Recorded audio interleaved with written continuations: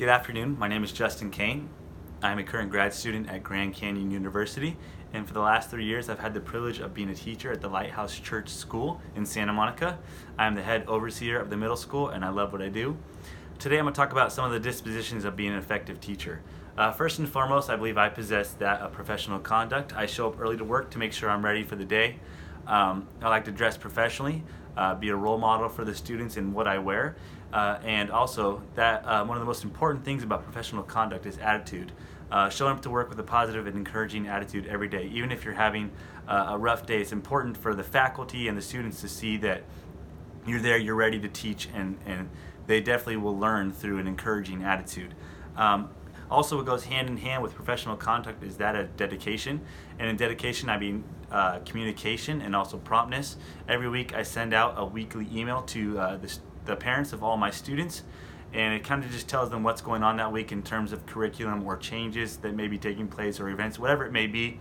It establishes effective communication, and they can email me back with questions or concerns they may have, which is really important. Also, promptness is part of that in terms of just grading the homework as fast as possible and getting it back to the students. They work really hard on what they do, and it's good to show dedication in that sense and giving back their homework and their work to them so they can be proud of the work that they've done.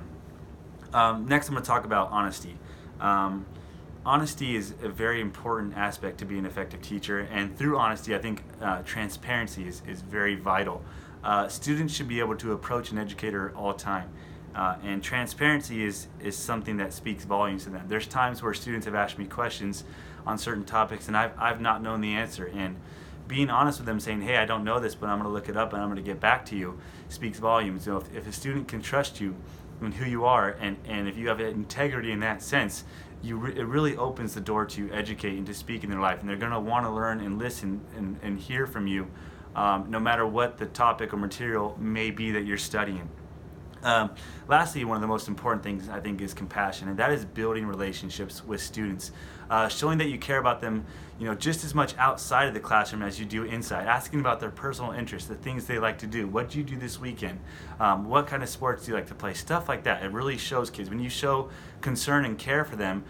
They want to hear from you, and they want to be around you, and they want to learn from you. And so some of the ways I do this is I take my kids to Starbucks, I take my kids to get donuts, we go on rafting trips, we go on ski trips, and I teach at a very small school, so I'm so blessed to be able to do these types of things, and building these kinds of relationships helps the students learn because they want to be around you, and they want to learn from you, and it really affects their academics, not just their personal life, but their academics, which is the key, is educating the student as a whole. Some of the things I would like to see growth in is reflection. I would like to take more time daily to look at some things that maybe I need to change in my teaching practices, or give the students and parents options to critique me so that way I can change and continue to grow. I'd also like to change in terms of expectations and getting the kids involved in their academics in terms of what are your goals, what do you want to see done, who do you want to be, what do you want to do with your life, what do you want to do in high school and college and the workplace. So kind of incorporating some of the things, their goals, not just what I want to see happen, but their personal goals.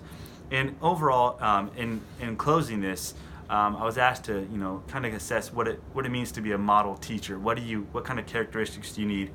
And I believe a professional educator is one that looks for as many ways possible to make an impact in students' lives, no matter what it takes. This may be through finding different methods to educate them, because every student is different. This may mean taking extra time, sacrificing your time with supplemental work to give the students, so that way they can learn and become the best version of them possible. And it's an overall commitment to student success, and that happens through continually looking ways for you to grow personally as an educator, so that way you can impart to students and have impact and change on their lives. And so these are some of the things I think are important things I need to grow, and I need to continue to develop in my life. But I'm so blessed to be able to do what I do, and thank you for your time.